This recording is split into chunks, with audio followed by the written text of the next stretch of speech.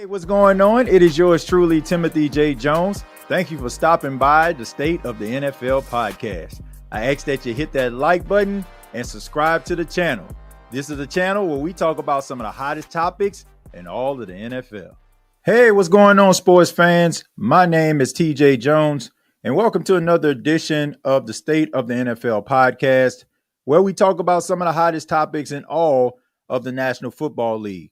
Before we get started, I ask that you hit the like and subscribe button. Help the channel to grow. I would really appreciate it.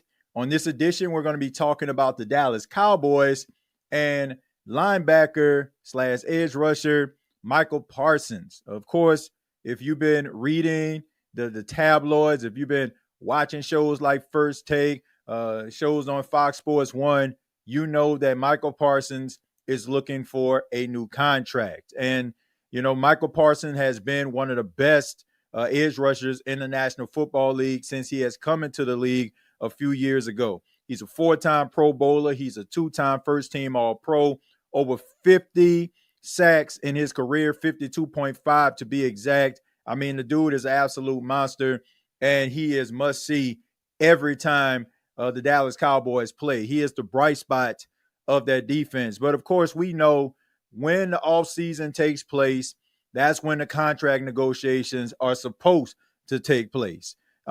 Notice I put emphasis on the word supposed, because it seems like the Dallas Cowboys and Michael Parsons are not close to reaching a deal. There was some talks earlier in the offseason, but of course they kind of slowed down. And now we look at training camp. The Dallas Cowboys out in California like they normally are. And Michael Parsons, to his credit, showing the leadership, showing up to training camp. There are some guys that are in contract negotiations that have decided not to show up to training camp. Guys like Trey Hendrickson, who is looking for a deal with the Cincinnati Bengals. If I'm not mistaken, he's supposed to make at least $16 million this season, which is absolutely egregious for a guy who has had 17 and a half sacks in the last 2 seasons, which is unbelievable in his own right. But Michael Parsons, to his credit, once again shows up. He spoke with the media. He talked about how he wants to be there for his teammates. He's not concerned about, Jerry Jones and the contract negotiations. Why would Michael Parsons say that? Well, maybe because Jerry Jones at a press conference kind of talked a little bit about Michael Parsons and brought up the injuries that Michael Parsons had last season. He dealt with an ankle injury. He only played in 13 games, and he is using that as leverage. Some people are looking at that as disrespect. Legendary defensive end J.J. Watt, who was the best defensive end of his generation, basically criticized Jerry Jones for throwing his star players like Michael Parsons and Dak Prescott, who only played in 8 games, under the bus, saying that these guys hurt themselves going to war. I'm paraphrasing it. They went to war for the Dallas Cowboys, went to war for Jerry Jones's team, and for him to throw them under the bus the way that he did is just completely disrespectful. I've heard the word disrespect come out of the mouths of several players, current and former, when it comes to Jerry Jones. But to me, I just think that this is Jerry Jones' moment to shine. We have seen Jerry Jones in these contract negotiations, and he likes to play hardball. I think Jerry likes to remind us that football is a business. He has to look at every single thing before he comes to that conclusion. But I don't think you need to be overanalyzing Michael Parsons. He played in 13 games last season, but before that, he didn't miss a game.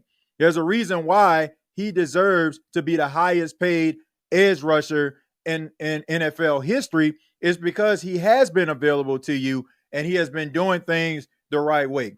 Some people may criticize Michael Parsons for doing a podcast, but this guy leaves it all on the field. He's not one of those guys that just takes work home with him. He seems like a fun-loving guy. Football is what he does, is not who he is. And I don't have a problem with that. As long as that player does what he needs to do on the field, and he has done that since he has come out of Penn State a few years ago. Now, the Dallas Cowboys can mess around and find out, but there are a lot of teams that would be willing to acquire the services of Michael Parsons. There are several teams that he can join. They will give him a blank check and say, hey, man, just go ahead and fill this out. When you're looking around the National Football League, TJ Watt just got paid. He's going to make $41 million a year. Myles Garrett got paid this past offseason. He's going to be making $40 million a year. And when you're sizing yourself up against some of these guys and you're saying, I'm just as good as them, I'm just wondering what the heck are the Dallas Cowboys and Jerry Jones doing. Now, I know Jerry Jones doesn't like to really negotiate contracts when guys are under contract, which I can understand. You sign a contract, you need to play it out. But at the same time, you want to go ahead and sew this thing up. Now, some people can just look at this as hyperbole, look at Jerry Jones as being the charismatic showman that he is, likes to get behind a microphone and give people a really good soundbite. It has made the Dallas Cowboys relevant for over 30 years. This isn't new to the media. Jerry Jones stepping out here and giving people something to talk about leading up to training camp, or in this case, at training camp. But, I think that Jerry Jones is a smooth operator. I think that he's shrewd when it comes to the business.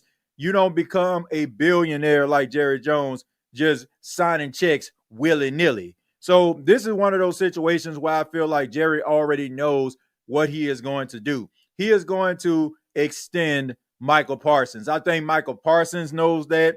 I think the Dallas Cowboys organization understand that. And if you look at the way that he has done business when it comes to quarterback Dak Prescott making $60 million, CeeDee Lamb getting sewn up, getting a big-time contract extension last season, I don't feel like Michael Parsons is going to be left out of the deal. He's too important. Looking at the defensive side of the football, the Dallas Cowboys have some talented guys, right? They got some guys that can actually get to the quarterback.